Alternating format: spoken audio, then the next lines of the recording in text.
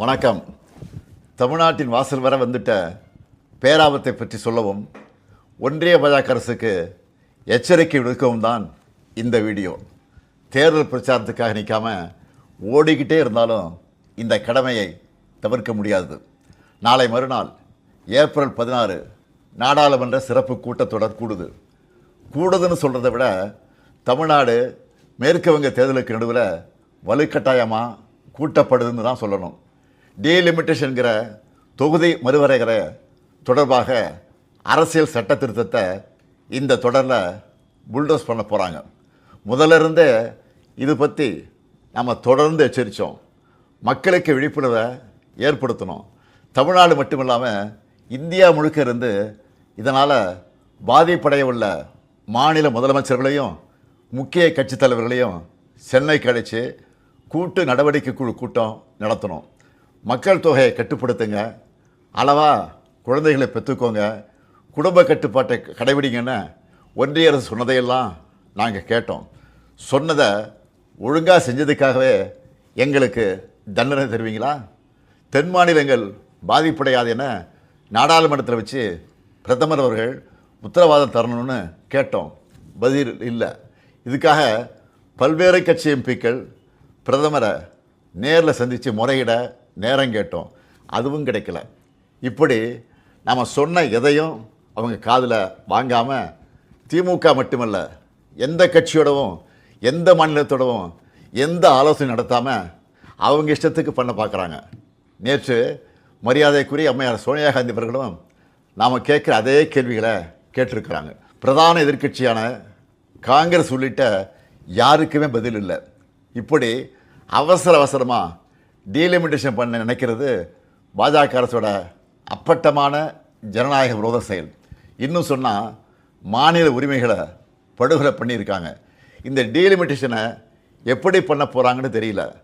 அந்த சட்ட திருத்தம் என்ன என்பது பற்றி இதுவரை எந்த விளக்கத்தையும் கொடுக்காமல் இருக்காங்க. இவங்க இப்படி மறைச்சு பண்ணுறாங்கன்னா கண்டிப்பாக ஏதோ பெரிய ஆபத்து இருக்குன்னு எல்லாருக்குமே அந்த சந்தேகம் வலுவடையுது. தென் மாநில மக்கள் பெரும் அச்சத்தில் இருக்காங்க. நான் ஒன்றிய பாஜக அரசுக்கும் மாண்புமிகு பிரதமர் மோடி அவர்களுக்கும் இந்த நேரத்தில் முக்கியமாக ஒன்று சொல்லிக்கிறேன். நடக்க இருக்க நாடாளுமன்ற கூட்டத்தொடரில் எங்கள் எம்பிக்கள் கலந்துப்பாங்க. தமிழ்நாட்டை பாதிக்கிற மாதிரியோ வட மாநிலங்களுக்கு அரசியல் வலிமையை மேலும் வாரி வழங்குகிற மாதிரியோ ஏதாவது நடந்தால் தமிழ்நாட்டில் இருக்க நாங்கள்லாம் பார்த்துட்டு சும்மா இருக்க மாட்டோம். தமிழ்நாடு ஸ்தம்பிக்கும்.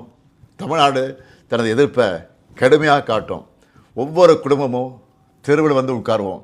தமிழ்நாடு முதலமைச்சராக இருக்கிற என்னுடைய தலைமையிலேயே மிகப்பெரிய போராட்டம் நடத்துவோம். இது தேர்தல் காலம்தான். இவங்க கவனம் அதில் தான் இருக்கும். நாம் டெல்லியில் சைலண்ட்டாக தமிழ்நாட்டோட தொகுதி மறுவரையை பண்ணிடலாம்னு மட்டும் நினைக்கவே நினைக்காதீங்க. சொல்கிறேன்னா தமிழ்நாட்டு முதலமைச்சர் மட்டும் இல்லை, திராவிட முன்னேற்ற கழகம் என்னும் பேரியக்கத்தின் தலைவர். நீங்கள் இதுவரை பார்க்காத தமிழ்நாட்டை பார்க்க வேண்டியிருக்கும். 50கள் 60களில் பார்த்த பழைய திமுகவை இந்தியா திரும்பவும் பார்க்க வேண்டியிருக்கும்.